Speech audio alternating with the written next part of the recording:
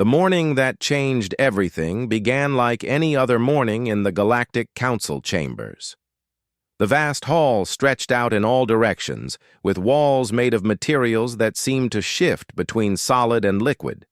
Representatives from 50 different species sat in their designated positions, their forms ranging from the small, crystalline bodies of the silicates to the massive energy beings that floated above the floor. Captain Teo stood near one of the massive windows that looked out into space. He wore the gray uniform of the Galactic Navy, though his species was human. He had been born on Earth, a planet that had only recently joined the greater galactic community. His dark eyes reflected the light of distant stars as he watched the political discussions happening below. He was there to listen, to obey, and to do what the Council commanded, no matter what that command might be. The Council had called this meeting to discuss what they saw as a problem. The problem had a name: humanity. In just 50 years, humans had spread across 12 different colonies. They built cities where others said nothing could grow. They took risks that made other species uncomfortable. They pushed boundaries. They wanted more than their small corner of the galaxy. And worst of all, they refused to accept the limitations that the Council tried to place on them. The head of the Council was a Vextian named Zolrax. The Vextians were an ancient species, one of the first to achieve space travel. Zolrax had pale blue skin and eyes like polished diamonds. He spoke with authority born from thousands of years of galactic leadership.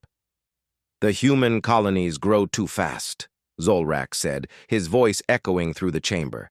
"They take resources. They claim territories. They show disrespect to our laws. We must do something before they become a threat to the peace of our galaxy." Other representatives agreed. The silicates sang in harmonic frequencies that meant yes. The energy beings pulsed in colors that showed support. The Council had decided that humanity needed to be controlled, managed, and, if necessary, removed from positions of influence. But how do you control a species that keeps finding ways around your restrictions? How do you stop them when they keep thinking of solutions you never expected? The answer came from a scientist named Krell, a member of the cold, logical species called the Analysts. He stood and presented his findings to the Council. His report detailed a planet in a distant system. The planet was called Kepler 442b. Krell described it as unsuitable for life. His words painted a picture of horror. The atmosphere was toxic, filled with gases that would burn the lungs of any being who breathed it. Massive storms covered the planet's surface constantly, winds so strong they could tear apart buildings. The temperature swung from freezing cold to burning hot within hours. Predators lived there, creatures so large and dangerous that they hunted in packs. The very ground was unstable, with volcanoes that erupted without warning. Krell's conclusion was simple. No species could survive on Kepler 442b. Humans, with their weak bodies and short lifespans, would die in minutes if left on that planet without protection. "Then we have our solution," Zolrax said with something that might have been a smile. "We will establish a prison colony on Kepler 442b. We will send the human colonists there. Those who refuse to obey our laws will be exiled. Within months, they will all be dead. The human problem will solve itself." The decision was made quickly. There was no vote. The Council did not ask for human input. They did not warn the colonies. They simply decided, and so it would be done. Captain Teo received his orders 3 days later. He would command the exile ship. He would transport 500 humans to Kepler 442b. He would leave them there with minimal supplies and no support. His job was to ensure that they could not escape. His job was to oversee their death sentence. Teo was not happy with this assignment. He understood the politics. He knew the Council's decision was final. But part of him wondered if the Council truly understood what humans were capable of. He had worked with humans before. They were clever. They were stubborn. They refused to give up even when the odds were impossible. But even their cleverness could not overcome the laws of nature, surely. Even their stubbornness could not keep them alive on a planet that wanted them dead. The exile ship was called the Drifter. It was large and gray, designed for transport rather than beauty. Prisoners filled its cargo holds. These were humans who had broken the Council's laws. Some had smuggled goods between colonies. Some had explored areas they were not permitted to explore. Some had simply spoken against the Council's authority. All of them were now marked for exile. One man stood out among them. His name was Park Min-kyu. He was only 28 years old, but his eyes held the kind of strength that comes from living in difficult places. Min-kyu had been a park ranger on Earth, working in some of the most dangerous and remote areas of the planet. He knew how to survive in places where nature tried to kill you every single day. He had explored mountains that no one else would climb. He had crossed deserts that others said were impassable. But even Min-kyu did not fully understand what was waiting for him on Kepler 442b. The Drifter made its journey through space, traveling through jump gates and across light years.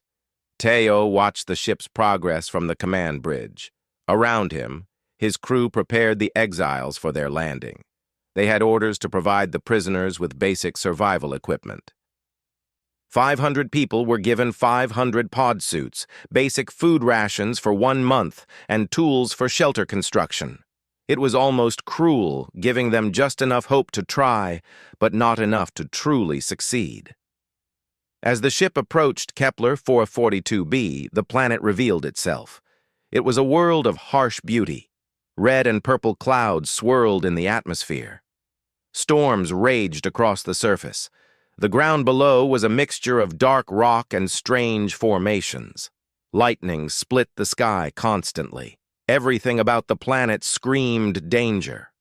Teo stood at the observation window and looked down at the planet below. He had never seen a place so hostile to life. He began to understand why the Council thought this was a perfect place to send humans to die. No one had ever survived on Kepler 442b. No one had ever even tried. "Begin the launch sequence," Teo ordered his crew. His voice was steady, but something inside him felt uncertain. One by one, the drop pods launched from the Drifter. They fell through the crimson clouds, disappearing into the storms below. 500 humans, each one carrying their small supplies and their determination, dropped into an environment that wanted nothing more than to end them. In one of those pods, Park Min-kyu watched the planet grow larger below him. He had no idea that this moment was being watched by the Council as a death sentence. He only knew that he was about to land somewhere new, somewhere harsh, somewhere that would test everything he knew about survival. He had survived many things in his life. He had survived mountains and deserts. He had survived the dangers that nature could throw at a person. Now, on a planet that everyone said was unsurvivable, Min-kyu would discover just how true that was. The pods landed hard on Kepler 442b's surface. The exiles stepped out onto an alien world. They had no idea that they were supposed to die here. They had no idea that they would prove everyone wrong. All they knew was that they had to survive. The first 3 days on Kepler 442b were a blur of pain, confusion, and survival. Park Min-kyu emerged from his landing pod disoriented and gasping. The air tasted wrong even through his suit's filters. The sky above him was a constant storm of purple and red, with lightning that struck the ground with terrible regularity. The temperature inside his pod suit climbed and fell unpredictably as he stepped outside. Min-kyu's first instinct was the same as every person who had landed here. Look around. Understand your situation. Find other survivors. Survive the next hour, then the next day, then the next week. He counted 43 people within the first kilometer of his landing site. Among them was Song Ji, an engineer in her 30s who had been exiled for building ships without council permission. There was also Hana, a medical doctor who had treated patients from forbidden colonies, and Dai Sung, a botanist who had been collecting plant samples the council said he could not have. These were not soldiers or warriors. These were people from different backgrounds who had broken rules because they believed those rules were wrong. But they had one thing in common. They all wanted to stay alive. "We need shelter immediately," Hannah said, her voice steady despite the fear everyone could see in their eyes. She was scanning the survivors for injuries. "This environment is already affecting us. We have maybe 4 hours before people start showing serious respiratory problems." Min-Kyu looked at the landscape around them. The ground was hard and rocky, with strange formations that might have been natural or might have been the result of the violent weather. In the distance, he could see what looked like caves carved into large rock formations. The caves could offer protection from the constant wind and the toxic air. "Song-ji," Min-Kyu said, "can you organize a group to gather materials? We need to seal off a cave system well enough to filter the air inside. Hana, help me figure out who is injured and how badly. We move the sick first." What Min-Kyu did not realize at that moment was that he had already begun leading. He was not trying to take control. He simply began solving problems, and others began following his example. The first cave they found had a narrow entrance that could be sealed with plastic sheeting and the metal frames from their drop pods. Song-ji, the engineer, worked with Min-Kyu to create an airlock system. It was crude and basic, but it worked.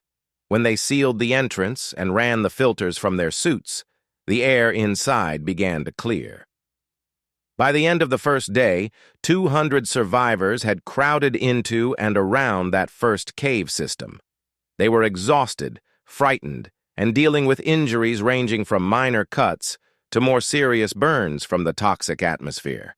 Hana established a medical station using whatever supplies she had salvaged. That first night, people died. Not many, only 5. But 5 was 5 too many. They died from poisoning from the atmosphere, from injuries, from the shock of the situation. Min-Kyu felt each death like a weight on his shoulders. He had led them to the caves, but the caves could not save everyone. On the second day, everything became clearer. The storms on Kepler 442b followed a pattern. Every 16 hours, there was a period of 30 minutes to an hour where the winds calmed and the worst of the toxic gas settled lower in the atmosphere. During these calm times, people could venture outside without their full suits. During the other times, they needed maximum protection or they stayed inside. Dae-sung, the botanist, made an important discovery. He found plants growing on the mountain slopes, strange plants with thick, waxy leaves that were clearly adapted to the harsh environment. These plants were not edible, but they proved that life could exist on Kepler 442b. If plants could adapt, perhaps humans could too. "We're not supposed to be here," Song-ji said on the third day. She was working with Min-Kyu to improve their shelter system. "The council wants us dead. So everything we find that helps us survive is something the council did not expect." Min-Kyu realized the truth of her words. The council had sent them here thinking they would fail. They had not planned for human creativity and determination. They had not planned for people like Song-ji who could use broken technology to create new systems. They had not planned for Dae-sung, who could study plants and find ways to grow food. They had not planned for Hana, who could keep people alive with nothing but a few medical supplies and her knowledge. By the end of the first week, something remarkable had happened. The survivors had stopped dying. They had learned the planet's patterns. They had found caves and sealed them. They had learned which areas were most dangerous.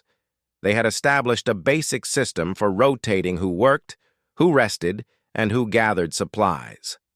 Min-Kyu called a meeting of all the survivors who could fit in the main cave.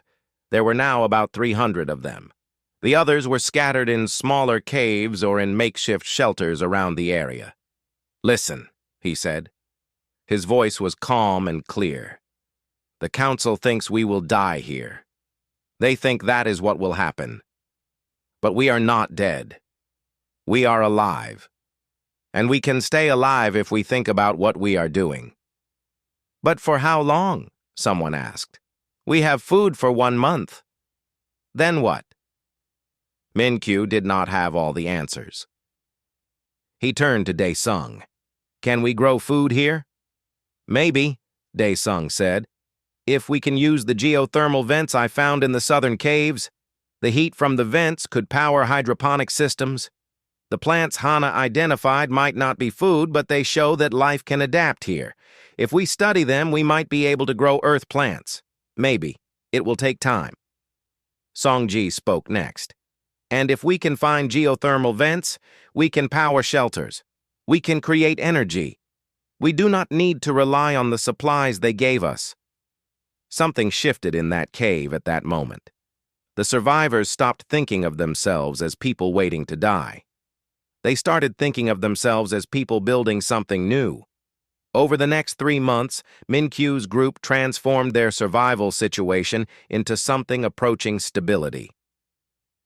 Song-ji designed systems that drew heat and power from the geothermal vents.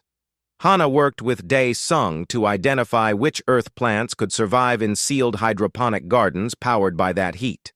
They built shelters that could withstand the violent storms. The caves became the heart of what was starting to look like a settlement. They named it New Haven, though no one officially gave them permission to name anything.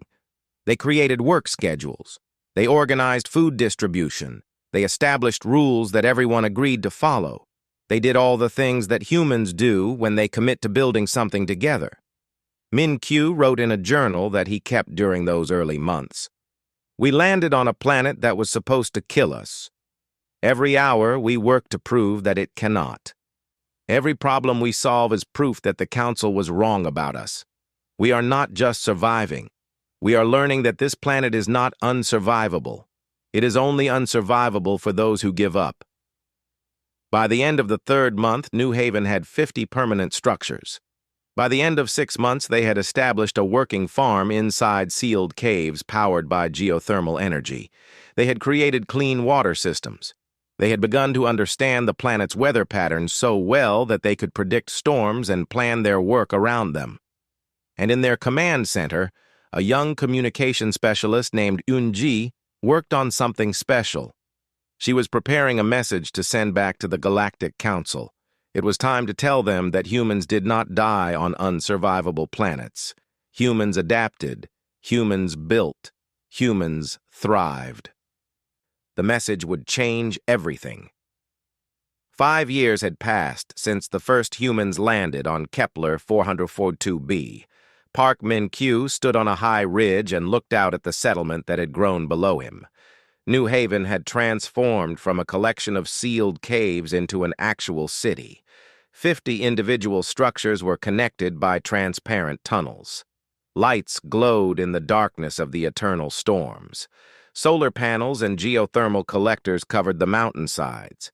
Gardens grew inside transparent domes where the sunlight filtered through the crimson clouds. It was beautiful in a way that no one had expected. Beside him stood Eun-ji, the communication specialist. She held a device that looked like a simple computer, but it was far more important than its appearance suggested. This was the transmitter that would send their message back to the Galactic Council and to every human colony in the galaxy. The message had taken them 5 years to prepare. It was not just a simple report of survival. It was something far more powerful. It was a complete travel guide to Kepler 442b. Min-Q had never set out to create a travel guide. But as the settlement grew and as they learned more about the planet, people had begun to document everything. They wrote about the weather patterns and how to predict them. They created maps of the safe zones and the dangerous areas. They documented the best places to gather resources. They even wrote about the beauty of Kepler 442b, the way the storms created colors that existed nowhere else in the known galaxy. Song-ji, the engineer, had written detailed technical specifications for the power systems they had created. Other people had written guides on agriculture, on water purification, on medical treatments for the environmental challenges of the planet. Dae-sung had created scientific papers about the native plants and how Earth plants could be adapted to grow in this alien environment. Yoonji had organized all of this information into a single, comprehensive document. She had added photographs taken by survivors over the past 5 years. Images of the settlement at sunrise, if it could be called sunrise when the sun rose behind a perpetual storm. Images of the people working together. Images of the farms and the gardens and the life that had bloomed in a place where it was supposed to die. The title of the document was perfect. Yoonji had spent weeks choosing it. She wanted something that would catch attention. She wanted something that would make people understand that this was not a report of suffering or a record of struggle. This was something else entirely. The title was simple but powerful. Kepler 442b Travel and Settlement Guide, a hidden gem in the outer systems. "Are you ready?" Yoonji asked Min-kyu. Her voice was quiet, but there was strength in it. She was not asking if he was ready to send the message. She was asking if he was ready for what would come after. Min-kyu understood exactly what she meant. Once they sent this message, everything would change. The Galactic Council could not ignore a travel guide showing that humans had not only survived on an unsurvivable planet, but had created a thriving settlement there. Other species would see it. Humans across all the colonies would see it. The news would spread faster than any council decision could stop it. "Send it," Min-kyu said. Yoonji pressed a sequence of buttons. The transmitter hummed to life.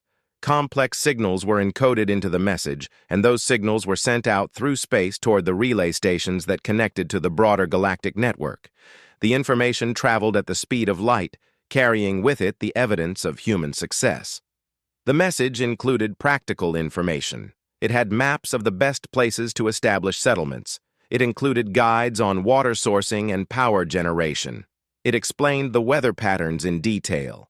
It provided medical protocols for dealing with the environmental challenges. To anyone reading it from a practical standpoint, it was incredibly useful information. But the message was also something more than that. It was a statement. It said that the Galactic Council had been wrong. It said that humans could not be broken by exile to unsurvivable places. It said that humans could take the worst that nature or politics could throw at them and turn it into something remarkable. The travel guide included personal stories. There was an account from Hana about saving a child who had been poisoned by atmospheric exposure. There was a description from Song Ji about the first time the hydroponic gardens produced food, how everyone had celebrated like it was the best meal they had ever eaten, even though it was just basic vegetables grown in controlled conditions. There was a note from Dae-sung about discovering how to cultivate the native plants. A breakthrough that had made their food supply far more secure. And at the end of the guide, Min-kyu had written a personal message. It was short, just a few paragraphs, but it was powerful. He wrote about why humans mattered. He wrote about the fact that you could exile humans to the worst places, you could tell them they could not survive, you could plan for their death, but humans would find a way to build something anyway. They would refuse to accept that failure was the only option. The final line of Min-kyu's message was simple. "We came here as prisoners. We left as pioneers. We are not ashamed of what we have built. You should not be ashamed that you were wrong about what we could do." The travel guide spread through the galaxy faster than anyone had expected. Within hours of the transmission being received at the first relay station, copies were being sent in every direction. By the next day, every human colony had received it. By the day after, other species were requesting copies. Scientists wanted to study it. Governments wanted to understand it. News organizations wanted to report on it. The Galactic Council's response was immediate and angry. An emergency session was called. Zolrax, the head of the council, stood before the assembly and declared the message a falsification. He claimed that humans had manipulated the data, created false images, and sent propaganda instead of fact. But Zolrax had a problem. The travel guide was too detailed to be false. It included technical specifications that could be verified. It included scientific data that aligned with everything known about Kepler 442b's environment. It included photographs that showed not just survival, but actual thriving, with well-fed people, organized communities, and clear signs of culture and civilization. When the Council tried to send an automated probe to verify that the message was false, what they found shocked them. The humans on Kepler 442b were telling the truth. Not only were they alive, but they were building something impressive. The probe's sensors detected organized structures, growing vegetation in sealed environments, working power systems, and evidence of complex human society. The news reached every corner of the galaxy. Headlines declared that humans had transformed an unsurvivable planet into a destination. Travel companies began planning expeditions to Kepler 442b to see this marvel with their own eyes. Universities sent requests for detailed research papers. The scientific community was fascinated by how humans had adapted and created new technologies to survive in such a harsh environment. The unsurvivable planet had become something unexpected. It had become proof. Back on Kepler 442b, Min-Q gathered everyone in New Haven's Central Plaza. The crowd was large now, with representatives from all the different areas of the settlement. He stood on a simple platform and looked out at the people who had built this impossible thing. "The message has been received," he told them.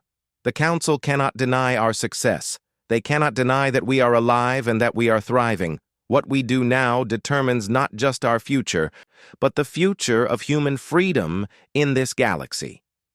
The people cheered. They understood the significance of what they had done. They had turned an exile into a triumph. They had turned a death sentence into a beginning. The Galactic Council had never experienced humiliation on this scale before.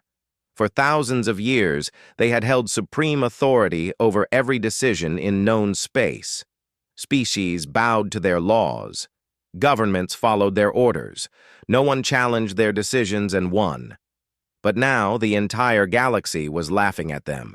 The travel guide had become more than just information. It had become a symbol.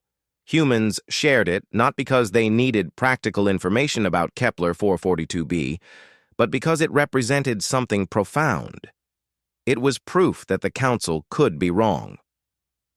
It was proof that the Council was not all-powerful. It was proof that humans could not be broken, no matter how hard they were pushed. News broadcasts across every human colony showed the travel guide. Families gathered around screens and read about New Haven. Children asked their parents if they could visit someday. Artists created images based on the photographs in the guide. Musicians wrote songs about the unsurvivable planet that humans had survived. The story spread like fire through dry grass. Other species watched this all unfold with great interest.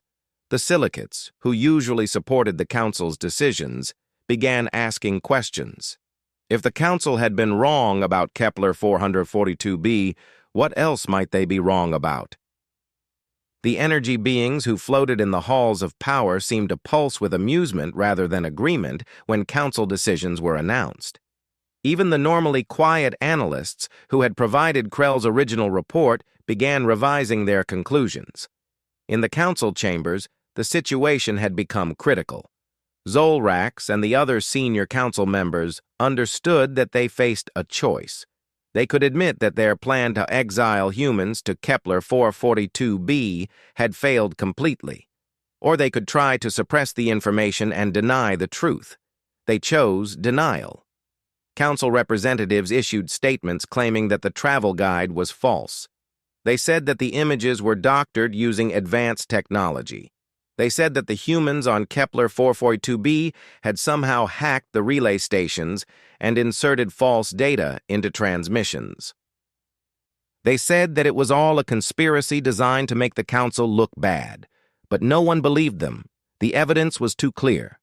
The information was too detailed and too consistent.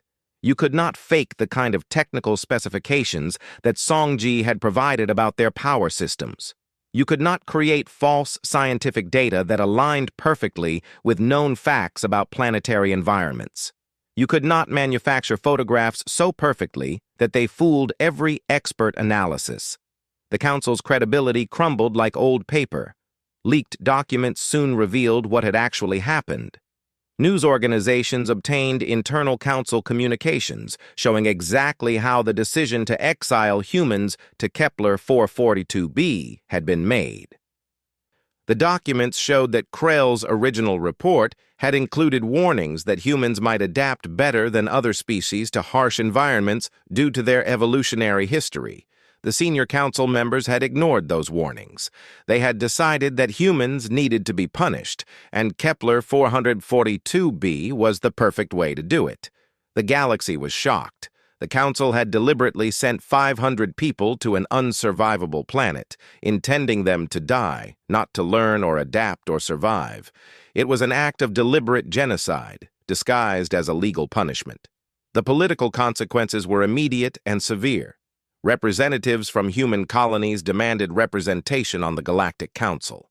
They pointed out that the Council had made decisions about human fates without consulting any humans. They demanded that the laws restricting human expansion be reviewed. They demanded that the decision to exile humans to Kepler 442b be officially reversed and condemned. Other species joined the call for change. If the Council could deliberately try to destroy one species through exile, could they not do the same to others? If the Council could lie about what happened, how much else had they lied about?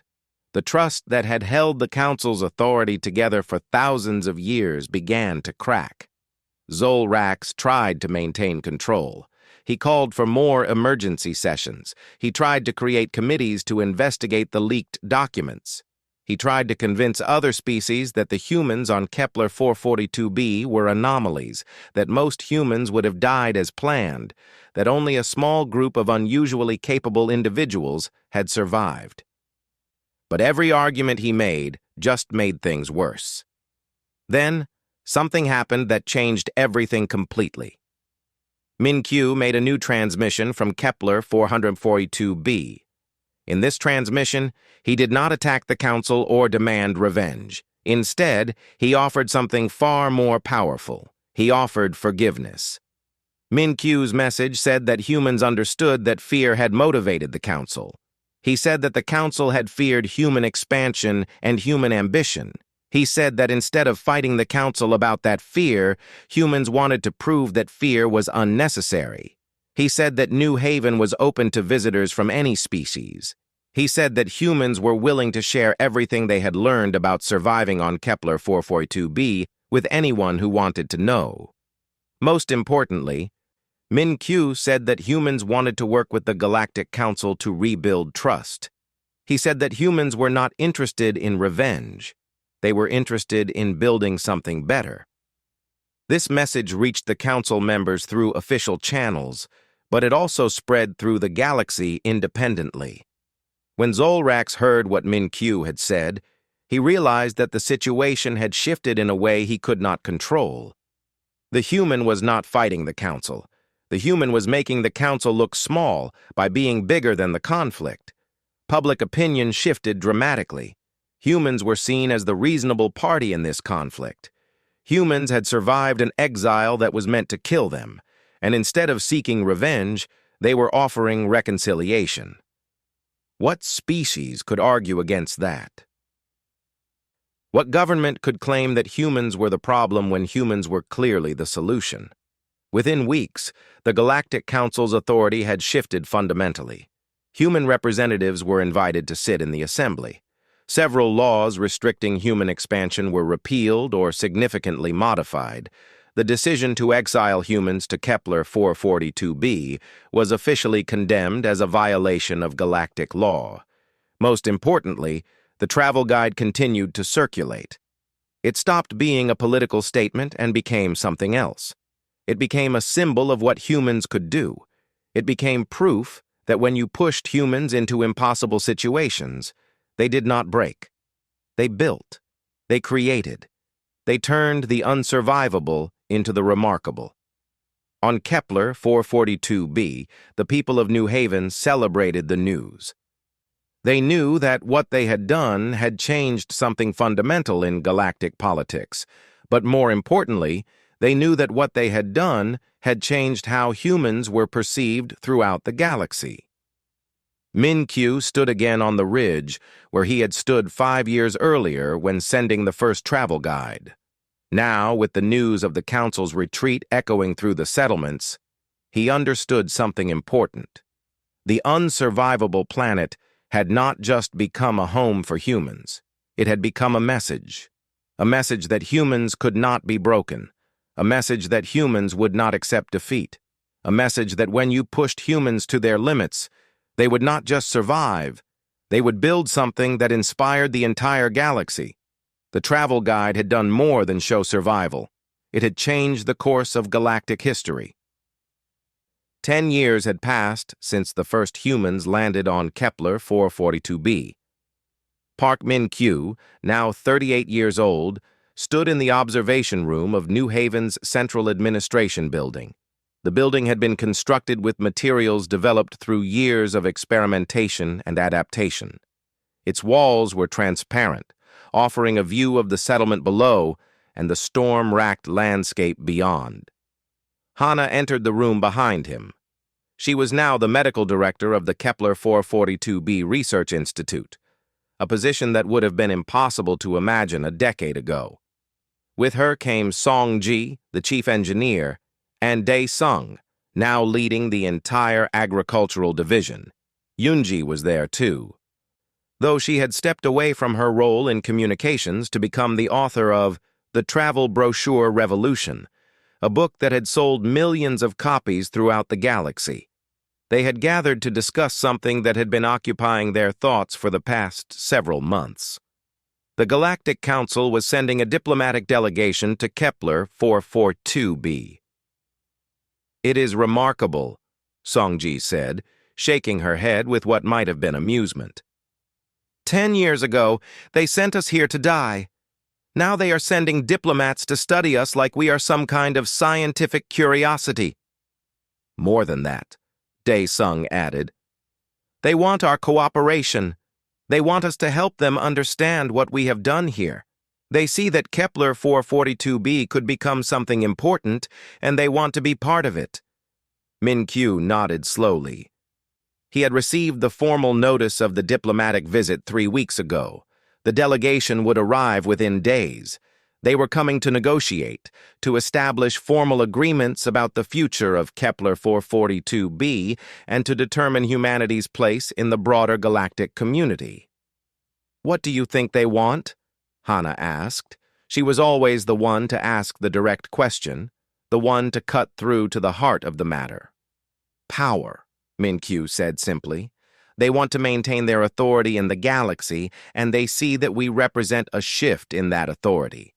They want to either control us or at least prevent us from becoming too independent." "Will we let them?" Yoonji asked. The author had a way of framing questions that made people think more deeply about what they really wanted. Min-Q was quiet for a long moment. He looked out at New Haven, at the city that had grown from exile and survival into something remarkable. He thought about all the choices that had led to this moment. Each choice had been made not out of a desire for power or glory, but out of a simple determination to survive and to build something meaningful. "No," he said finally, "we will not let them control us, but we will also not refuse to work with them. We will listen to what they have to say, and we will decide what serves humanity best. That is all we can do." When the diplomatic delegation arrived, it included representatives from the Galactic Council, scientists from several species, and political representatives from the human colonies. The lead diplomat was a Vextian named Thrall, who had recently been appointed to oversee human council relations following the political changes that the travel guide had triggered. Thrall was different from Zolrax. He seemed to approach the meeting with genuine curiosity rather than with the assumption that the Council's way was correct. He spent his first week on Kepler 442b simply observing. He walked through the settlements. He observed the work that was being done. He listened to people tell their stories. When he finally sat down to formally discuss the future with Min-Q and his team, Thrall was thoughtful. "The Council would like to establish a formal partnership with your settlement," Thrall said. "We would like to provide resources to help you expand. We would like to send scientists to study your adaptations and your technologies. We would like to help make Kepler 442b into what you have envisioned." "And in return?" Min-Q asked. "In return, we ask that New Haven remain open to other species who wish to study and learn from what you have built. We ask that you share your discoveries with the broader scientific community. We ask that Kepler 442b become a model for how humans and the Council can work together." Min-Q considered this carefully. It was a fair offer, he thought. The Council was not demanding control. They were asking for cooperation. They were offering resources that could help humans build something even greater than what they had already built. "There are conditions," Min-Q said finally. "First, any human settlement on Kepler 442b must be established with the consent and leadership of the humans who live here. We will not have our world managed by the Council or any other authority. Second, everything we discover belongs to all of humanity, not just to New Haven or to any political organization. Third, we will help other species learn from our experience, but we will do so on our terms, not on the Council's timeline." Thrall nodded. "Those are reasonable conditions. I believe the Council will accept them." The formal agreement was signed within a week. It was historic. For the first time in galactic history, the Council had negotiated as equals with a human settlement. The humans of Kepler 442b had declared their autonomy, and the Council had accepted it. But more importantly, they had opened the door to something new. Within months, other species requested permission to establish their own settlements on Kepler 442b.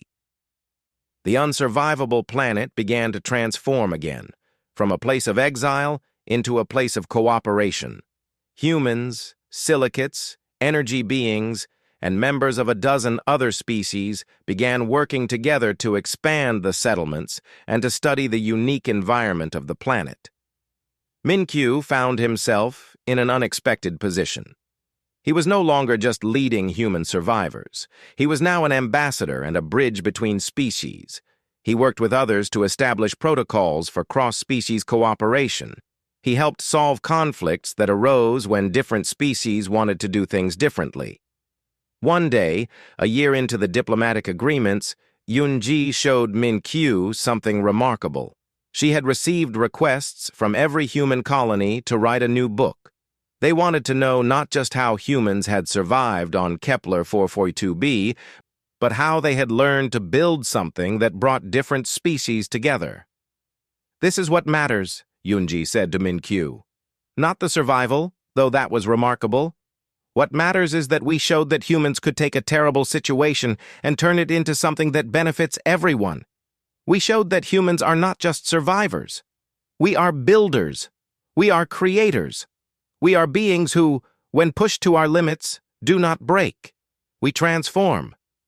Min-Q looked again at New Haven and the growing settlements beyond it. He saw humans working alongside members of other species. He saw the city expanding in ways that incorporated ideas from multiple cultures and multiple ways of understanding the world. He saw something that no one had predicted 10 years ago when the first humans landed on this world. He saw the future. And it had begun with a travel brochure sent back from an unsurvivable planet. It had begun with humans refusing to die as planned. It had begun with people like Songji and Hana and Dae Sung deciding that they would build instead of surrender. Min-Q turned to his friends and smiled. "We did more than survive," he said. "We changed everything." And they had. The unsurvivable planet had become a symbol not just of human resilience, but of what was possible when different species learned to work together. The travel brochure had become the most important document in modern galactic history. and the 500 humans who had been sent to die had instead become pioneers who showed the entire galaxy what was truly possible when you refused to accept defeat.